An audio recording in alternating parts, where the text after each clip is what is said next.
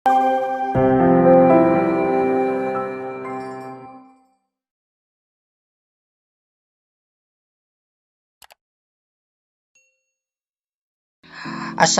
warahmatullahi wabarakatuh. Halo, jumpa lagi bersama saya Bahtiar Movie dalam channel 1000 Jalan.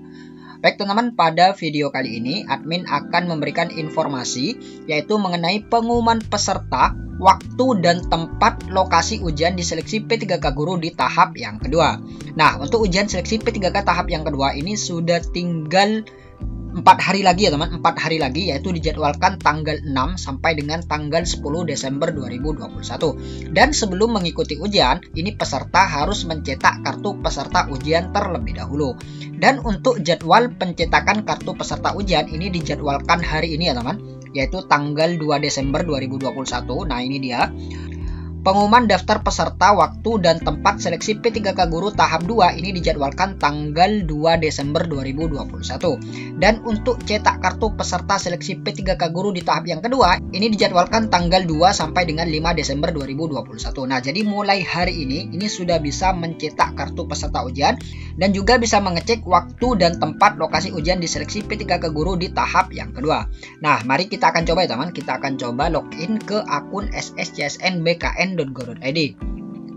Nah, ini dia teman-teman, akun SSCSN milik salah satu pelamar yang tidak lolos P3K di tahap yang pertama. Dan untuk mengecek waktu dan juga tempat seleksi P3K Guru di tahap yang kedua ini ada dua cara ya teman, ataupun ada dua opsi.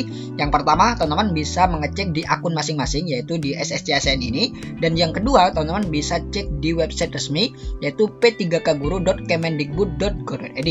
Nah, sekarang kita akan mencoba mengecek di akun SSCSN masing-masing pelamar. Nah, kita langsung saja scroll ke bawah. Nah, di bagian ini ya teman, seleksi administrasi, selamat Anda lolos tahap seleksi administrasi berkas. Dan kemudian jika mencetak kartu peserta ujian, maka teman-teman tinggal klik saja cetak kartu peserta ujian. Kemudian kita cek kartu peserta ujiannya. Nah, ini dia teman, kartu peserta ujian. Nah, ini adalah kartu peserta ujian yang terbaru ya teman, yang terbaru. Karena apa? Karena ini sudah update, yaitu ini lokasi formasi yang di P3K tahap yang kedua, yaitu di tahap kedua pelamar ini memilih SDN Negeri Bajuran 2. Dan juga di sini update ya teman, tanggal melamar yaitu tanggal 16 November, yaitu di seleksi P3K tahap yang kedua. Jadi ini sudah yang terbaru, kartu ujian yang terbaru. Namun di bagian informasi lain yaitu tanggal ujian, jam dan juga ruangan ini masih belum update ya teman. Ini masih tanggal ujian yang tahap 1 yaitu tanggal 14 September 2021. Nah, jadi ini masih belum update. Jadi buat teman-teman sering-sering pantau saja ataupun sering-sering cek saja untuk akun masing-masing. Nantinya ini akan update ya teman, akan update tanggal ujian yang terbaru dan ruangan ujian yang terbaru. Jadi seperti itu. Kemudian cara yang kedua, teman-teman bisa cek di website resmi yaitu p3kguru.kemendikbud.go.id. Nah, jadi di website ini ya teman, di website ini nantinya teman-teman bisa mengecek daftar peserta, waktu dan tempat lokasi ujian di seleksi P3K tahap yang kedua. Nah, jadi akan muncul seperti ini ya teman, yaitu nomor peserta, nama, tanggal ujian, provinsi, kabupaten atau kota, kemudian lokasi. Nah, jadi ini adalah lokasi, kemudian nama ruang TUK 4, sesi pukul 8 wajib datang 1. Nah, jadi bisa cek di website guru p3k.kemendikbud.go.id. Jadi seperti itu untuk mengecek pengumuman daftar peserta dan juga waktu dan juga lokasi ujian di seleksi P3K Guru di tahap yang kedua. Jadi buat teman-teman sering-sering pantau saja ataupun sering-sering ngecek saja dua website tersebut, yaitu portal sscsnbkn.go.id dan yang kedua adalah di website resmi p3kguru.kemendikbud.go.id. Jadi seperti itu.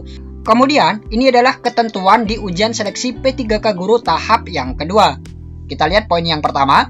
Seleksi P3K Guru tahap 2 tidak ada lagi prioritas guru induk dan non-induk. Nah, jadi ini sudah jelas teman, sudah jelas sekali. Ini sering kali diinfokan oleh Ibu Nunu dan di Permen 4 RB nomor 28 tahun 2021 ini sudah jelas ya teman. Jadi tidak ada lagi prioritas induk ataupun non-induk. Jadi di tahap kedua ini nantinya bertarung bebas ya teman, bersaing bebas. Siapa yang berperingkat terbaik dan lolos passing grade, maka dialah yang akan lolos dan akan mengisi formasi. Jadi seperti itu.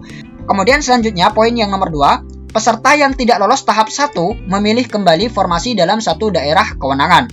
Nah, jadi ada 3 kategori ya teman, ada 3 kategori peserta yang tidak lolos di tahap yang pertama. Kategori yang pertama yaitu pelamar yang tidak hadir, yaitu tidak hadir ujian di seleksi P3K tahap pertama. Kemudian yang kedua, pelamar yang tidak lolos passing grade, yaitu tidak lolos passing grade kategori 1, 2, maupun 3. Kemudian kategori yang ketiga yaitu pelamar yang lolos passing grade namun tidak mendapatkan formasi. Nah, jadi ketiga kategori pelamar ini nantinya memilih kembali ya teman, memilih kembali formasi yang masih belum terpenuhi di tahap yang kedua.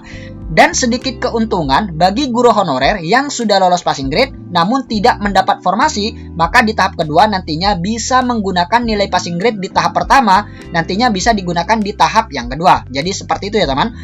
Nah, jadi buat teman-teman guru honorer yang sudah lolos passing grade di tahap pertama namun tidak mendapatkan formasi, maka saran admin, teman-teman lebih baik mengikuti ujian di seleksi P3K tahap yang kedua.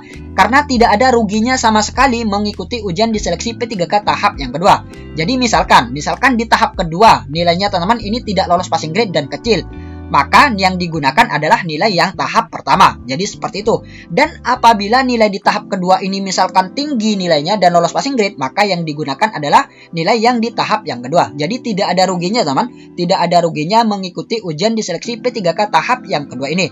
Dan sekaligus untuk memperbaiki nilai. Jadi seperti itu ya teman. Jadi manfaatkan di ujian seleksi P3K tahap yang kedua ini. Kemudian poin yang nomor 3, optimalisasi pengisian formasi kosong dilakukan di tahap yang ketiga.